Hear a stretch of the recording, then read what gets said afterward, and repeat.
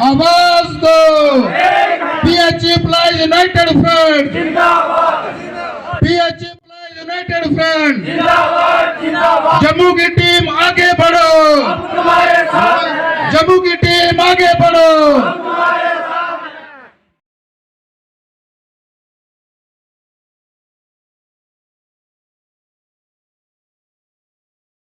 जी, खुशार जी, ताज जी, नवदीप जी और उनके साथ मोहन जी, हम दरमाड़ी में भी एक यूनाइटेड फ्रंट हमने बनाया जिसमें हमसे कुछ साथी दूर थे, उनको भी अपने पास लाया। जैसे शौकत जी हमेशा ये लग चलते थे हमसे, लेकिन एक बार इनके लिए जोरदार तालियां। ये सब फ्रंट छोड़ के आज हमारे साथ इसी मंच पे इन्होंने हमारे साथ मंच शेयर किया, इनके लिए मैं शुक्रिया अदा करूंगा। बाकी जो हमारे सरपंच साहब बीच में आए, मैं इनका बहुत बहुत शुक्रिया अदा करता हूं कि हमारी एक कॉल पे यहाँ पे आए हुए हैं। मैं चाहता कि मैंने बाकी सरपंचों को भी फ़ोन किया था, यहाँ की जितनी हमारी रोनिंग तहसील ठाकराकोट का जो आपका DDC है उसको भी मैंने फ़ोन किया था। उन्होंने बताया था कि हमारे नहीं आया, पता नहीं किस कारण है, लेकिन आना चाहिए था उनको। साथियों, इसमें कोई पार्टी बेस का मसला नहीं है, ये हमारा एक यूनाइटेड फ्रंट है। हमारी लड़ाई है सर कुर्सी के खिलाफ, हम कुर्सी के खिलाफ लड़ते हैं। मौजूदा जो कुर्सी होती है उसी के खिलाफ हम लड़ते हैं। इस टाइम सेंटर में अगर बीजेपी की सरकार है तो हमारी लड़ाई उनके साथ है। जम्मू कश्मीर में डायरेक्टली अगर कोई लीड कर रहा है LG मनोज सिन्हा तो वो भी बीजेपी से है, इसीलिए हम उनसे लड़ रहे हैं। पिछले 213 दिन से हम लोग स्ट्राइक पे बैठे हुए हैं, जिसकी शुरुआत हमने डॉक्टर जितेंद्र सिंह के घर की घेराव से की थी। उसके बाद हमने बीजेपी दफ्तर का घेराव किया, सेक्रेटरीट का घेराव किया और लास्ट में डिपकाम ऑफिस का घेराव किया। उन्होंने हमें टाइम दिया था 22 तारीख को, जो आज खत्म हो रही है 22 तारीख, इसका टाइम दिया था कि 22 तारीख को आप लोगों का 22 तारीख से पहले पहले कोई ना कोई मसला हल होगा। उसके बाद अपनी तरफ से हमने 5 दिन उनको और दिए हुए हैं, 27 तारीख तक, क्योंकि हमारा त्यौहार है, आगे बड़ा दिन है 26 जनवरी, जो उसके लिए हमने 26 और 28 तारीख का आपने अपनी तरफ से दोबारा जम्मू में कॉल दिया, जिसमें कम से कम 30-35 डिपार्टमेंट जो हम लोग इकट्ठे लड़ने जा रहे हैं। लेकिन साथ ही एक दुख होता है, ये नहीं लोगों की कमी होती है। डिपकाम ऑफिस के बाद जब घेराव हुआ कम से कम 6,000-7,000 लोग थे, लेकिन मेरे साथ पूरे डिवीजन से सिर्फ 20 से 25 लोग गए हुए थे। ये लोग सर खुद घरों से नहीं निकलते। जब तक लोग आप खुद घरों से नहीं निकलोगे, अपना हक खुद नहीं मांगोगे, अपने आप में खुद लड़ना नहीं जानोगे, तो इसी मेरे भाई की तरह जो ये हमारा एक रिटायर्ड साथी होके गया है, इनकी तरह आप लोग भी कल जाओगे, पूछने वाला कोई नहीं होगा आपको। इसलिए साथियों, आपने तैयार रहना लड़ाई के लिए किसी टाइम भी। 28 तारीख को अगर बाकी डिपार्टमेंट भी हमारी सपोर्ट कर रहे हैं, जम्मू में एक बहुत बड़ा जंग सलाब देखने को मिलेगा। कम से कम 60,000 लोग विद फैमिली जो है ग्राउंड पे उतरने जा रहा है 28 तारीख को जम्मू। लेकिन आप लोग घरों से निकलो। आप लोगों के अंदर एक चीज बस गई है कि अगर दरान से 4 लड़के आ रहे हैं, वो बोलते हैं जी 4 हम जा रहे हैं, बाकी जो घर में बैठे हैं इनका हो जाएगा तो हमारा भी हो जाएगा। लेकिन साथियों, एक चीज मैं स्टेज से कह देना चाहता हूं आपको, कल अगर वेरिफिकेशन आप लोगों की स्टार्ट होगी दफ्तरों के अंदर, और आप लोग ये चीज याद रखना, जम्मू के अंदर जब काम शुरू होगा आप लोगों तो वहां भी चेहरे देख के काम होंगे सर। इसीलिए साथियों, मैं आप लोगों को एक चीज बनाता हूं कि जो फ्रंट है सारे हम लोग इकट्ठे चल रहे हैं, तो आप लोगों को भी निकलना चाहिए। अगर आप पहले भी आप लोग, मैं ये नहीं कहता कि आप लोग जो ये आप लोग बैठे हो, इसमें से मुझे लगता है 70% लोग आप हर आंदोलन में जम्मू जाते हो, ऐसी बात नहीं है। लेकिन मैं चाहता हूं कि अगर ठाकराकोट से 177-78 लोग हैं, इस पूरी तहसील से, यहाँ से अगर 178 लोग हो तो कम से कम 150 लोग आपका यहाँ पे इस बार 28 तारीख को जम्मू निकलना चाहिए।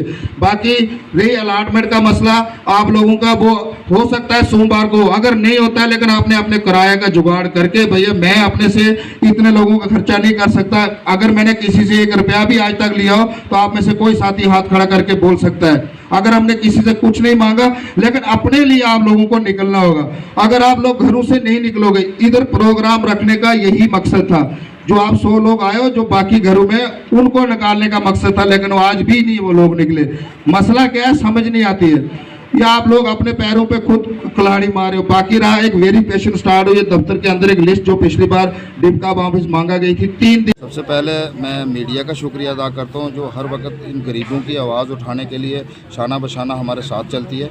आपका शुक्रिया अदा करते हैं। और सबसे बड़ा शुक्रिया जो तहसील ठाकरा कोट के अंदर आज हमने ये प्रोग्राम रखा था और हमने 3, 4, 5 जहाँ के जिन सरपंचों के नंबर थे सबको कॉल की थी। किसी मजबूरी की वजह से नहीं आएंगे, लेकिन हमारे यहाँ के एक नौजवान और होनार लीडर केवल सरपंच जी जो आज प्रोग्राम में इन्होंने शमूलियत की हमारे साथ, मैं इनके लिए इनका शुक्रिया अदा करता हूँ। बाकी जिन लोगों ने यहाँ पे प्रोग्राम ऑर्गेनाइज़ कराया, रमेश सिंह जी जो ITA के हमारे वर्कर हैं, हमारे डेली बेस साथी, उन्होंने यहाँ पे ये प्रोग्राम ऑर्गेनाइज़ करवाया, मैं उनका बहुत शुक्रिया अदा करता हूँ।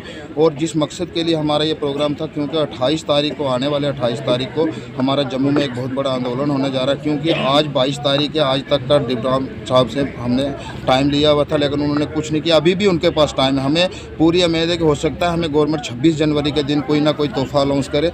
अगर नहीं करती है तो 28 तारीख को ये जंग सलाब जो है मेरा डिवीज़न का 1457 लोग हैं, ये सारे के सारे लोग जम्मू में इस बार PHE एम्प्लॉयज़ यूनाइटेड फ्रंट की सपोर्ट में जम्मू के अंदर उतरेंगे। पिछले 200 कुछ दिन से हम लोग धरने पे बैठे हुए। हमारी यूनाइटेड फ्रंट की टीम जिसकी लीड रवि हंस जी, ताज जी, हुशार जी, नवदीप जी, मोहन जी जम्मू के अंदर कर रहे हैं। राउंडिंग एरिया में जाके वो प्रोग्राम कर रहे थे। हमने आज भी उनको यहाँ पे बुलाना था, किसी अवश कारण वो यहाँ पे नहीं आ सके, लेकिन फिर भी हमने तहसील ठाकरा कोट के अंदर ये प्रोग्राम किया। इसके बाद भी शायद हमारा एक प्रोग्राम है, उसको प्रोग्राम को करने के बाद 28 तारीख के लिए हम लोगों को हम जागरूक करेंगे। जम्मू के अंदर जो हम बहुत बड़ा एक प्रोग्राम करने जा रहे हैं, जिसमें 25 से 30 डिपार्टमेंट और भी हमारी सपोर्ट में आए हुए हैं, उसी लिए हमने प्रोग्राम किया था। और बाकी कुछ लोगों को यहाँ पे बायोमेट्रिक के नाम से डराया गया था, इसलिए ये प्रोग्राम करना बहुत ज़रूरी था। साथियों, हम बायोमेट्रिक से बिल्कुल गवर्नमेंट को इनकार नहीं करते कि हम बायोमेट्रिक नहीं करेंगे। हम बायोमेट्रिक करने के लिए तैयार है, लेकिन हम चाहते हैं कि हर पंचायत के अंदर मैक्सिमम स्कूल हैं, प्राइमरी या मिडिल है, स्कूलों के अंदर मशीनें दी जाए, नहीं तो पंचायत लेवल पे PHE वालों को एक मशीन दी जाए। हम लोग बायोमेट्रिक करने को तैयार है। ऐसे आप बोलोगे कि हमारा डिवीज़न 30-30, 40-40 किलोमीटर से दूर से लोग आके दरमाड़ी में हमारा डिवीज़न है, वहाँ पे अगर बायोमेट्रिक करेंगे तो वो नहीं हो सकता। वो इसीलिए हमने प्रोग्राम रखा हुआ था। हमने एक ही बार जो मंथली है बायोमेट्रिक हमने कर दी है। इसके बाद जो आने वाला समय होगा जब स्कूल खुलते हैं, तो अगर हमें गवर्नमेंट स्कूलों के साथ अटैच करती है या हमें मशीनें देती है, तो हम बायोमेट्रिक करने से इनकार नहीं है। इसलिए मैं अपने साथियों से जो घरों में भी बैठे हुए हमारे डेली बेस साथी हैं, उनको भी कहूँगा कि घबराने की कोई ज़रूरत नहीं।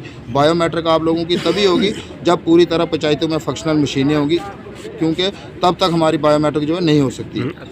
28 तारीख का एक बहुत बड़ा आंदोलन करने जा रहे हैं हम लोग। सरकार अगर हमारे मुद्दे हल नहीं करती है तो आने वाला वक्त उनको खुद ही पता है कि क्या होगा उनके लिए, वो सरकार जाने। क्योंकि हमारी लड़ाई जो है कुर्सी के साथ है।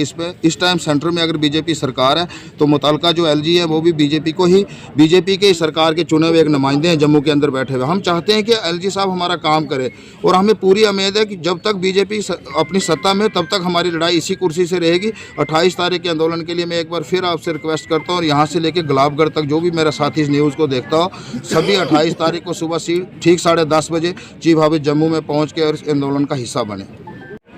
शुक्रिया। सबसे पहले तो मैं आपका शुक्रिया करूंगा कि आपने मुझे पूछा कि जो आज प्रोग्राम जहां PHE वालों ने रखा था डेली वेजरों ने, उसके बारे में आप क्या कहना चाहता हूं मैं। ये तो आपको पता है कि मैंने अभी यहाँ पे बोला भी है कि जितने भी ये हमारे डेली वेजर लोग हैं, जैसे मैंने कहा कि एक मैं बार बार उसी का नाम लेता हूँ, मोहम्मद शरीफ साहब हैं, मेरा पड़ोसी था, हमारे पानी चलाता था हमारे मोहल्ले में, गाँव में, तो वो बेचारा रिटायर हो गया 2 साल पहले। तो हमारा ये कहना है कि जो आदमी डेली वेजर अगर रिटायर होता है तो गवर्नमेंट एक, जैसे आपके ये PHE के जो यूनियन के प्रेसिडेंट हैं, यहाँ पे परमानेंट यूनियन के प्रेसिडेंट हैं, इन्होंने एक क्राइटेरिया बनाया कि उसको कम से कम 10 लाख रुपये मिलना चाहिए। मेरा ये कहना है कि 10 लाख अगर उसको मिलता है तो वो ठीक है, नहीं तो उसका कोई बेटा घर में, बेटी या बेटा घर में, उसको कम से कम डेली वेजर लाना चाहिए। उससे पहले मेरी, जैसे मुझे आज ही कहा कि आपने BJP ज्वाइन की, बिल्कुल मैं BJP का छोटा मोटा वर्कर हूँ। हमारी कल परसों भी मीटिंग थी, हमने वहाँ भी बात की। हम हमेशा इन लोगों के साथ रहे हैं, क्योंकि आज हमें पता है कि गुर्बत क्या होती है। आज अगर बेचारा कोई 9,000 रुपया लेके अपना घर नहीं चला सकता है, आपको पता है कि आज का जो बच्चों के अखराजात कितने ज़्यादा होते हैं, क्या क्या घर में होता है, आप बेहतर जानते हो। तो हमारा ये कहना है कि गवर्नमेंट, हमारे जो गवर्नर साहब है आज जहाँ जम्मू कश्मीर के अंदर जो इंतजामिया हमारी है, उन्होंने एक क्राइटेरिया बनाया है। तो हम क्राइटेरिया में जो हमारे 3 लोग जहाँ पे मेंबर बनाए हैं, जैसे हमारे श्यामलाल शर्मा जी हैं, बलवंत सिंह मंगोटिया जी हैं, राणा साहब हैं, तो मुझे लगता है 5 महीने तक कहा है उनको 5 महीने तक कहा है कि ये रिपोर्ट दे दो। और मेरी मंगोटिया साहब से हमेशा बात होती रहती है, उन्होंने ये कहा कि ये रिपोर्ट जो होगी बिल्कुल इन लोगों के हित की होगी, इनके हक़ की होगी। और ये मुझे लगता है कि ये अगर मेरे भगवान ने चाहे और हमारी गवर्नमेंट ने चाहे, ये सारे लोग परमानेंट हो जाए। ये मैं ये कहता हूँ कि जब ये इन लोगों को लगाया गया था उस वक़्त हम लोगों ने, कई लोग आज मुझे जहाँ लग रहे हैं कि हम लोगों ने उस वक़्त जब स्कीमें थी कहीं उनका टैंक, घर में टैंक था, किसी की ज़मीन में टैंक था, जहाँ स्कीमें हमारी थी वहाँ पे काम नहीं चल रहा था। कुछ लोग हमने जो उस वक्त लगा दिए, अब उनको आस्ता आस्ता सेटल करने के लिए उनका एक, अगर किसी को परमानेंट करना है तो उसका कम से कम क्राइटेरिया तो बनाना है, उसको किसी तरीके से कहीं ना कहीं पे तो मिलनी चाहिए। इसीलिए गवर्नमेंट ने एक जहाँ पे स्कीम बनाई है, मेंबर कमेटी बनाई है, वो कमेटी रिपोर्ट देगी और ये सारा मुझे लगता है सेटल हो जाएगा और सारा बेहतर हो जाएगा। क्या लगता है सरकार को? कि जो भी इलेक्शन हो, चाहे वो पंचायत की हो, असेंबली की हो, पार्लियामेंट की, उससे पहले इनका मुद्दा हल हो जाएगा। उम्मीद है कि पहले मुद्दा हल हो जाएगा। पहले सबसे पहले मैं जम्मू न्यूज़ नेटवर्क का शुक्रिया अदा करता हूं, जो हमारे इन गरीबों की आवाज़ को ऊपर तक पहुंचाने की कोशिश करते हैं। सबसे बड़ा हमारा डेली वेज का मसला है। डेली वेज हमारे साथी जो 60 साल की उम्र होने के बाद कुछ घर में चले गए, हमारे आधे साथी जो हैं वो कुछ डेथ हो चुके, कुछ लोगों ने सुसाइड कर दिया, उनके बच्चे बीवियाँ आज घर में फाका कशी का शिकार हैं। तो मेरी गवर्नमेंट से डिमांड है कि जो रिटायर होकर चले गए उनको कम से कम 10 लाख रुपया देकर, और उनका जो पहला बकाया है जो 3-4 लाख रुपया बनता है वो देकर उनको घर भेजा जाए। और जो लोग हमारे इस नौकरी के दौरान में शहीद हो चुके हैं, उनके बीवी को कम से कम असर तरसाली के तहत नौकरी दी जाए, और उनको कम से कम जो बकाया है, जो पेंडिंग वेजेस है उनकी पड़ी हुई है, वो अदायगी एक ही टाइम में उनकी अदायगी की जाए, ताकि ये लोग अपना कम से कम अपने बाल बच्चों का पेट भरकर गुजारा कर सकें।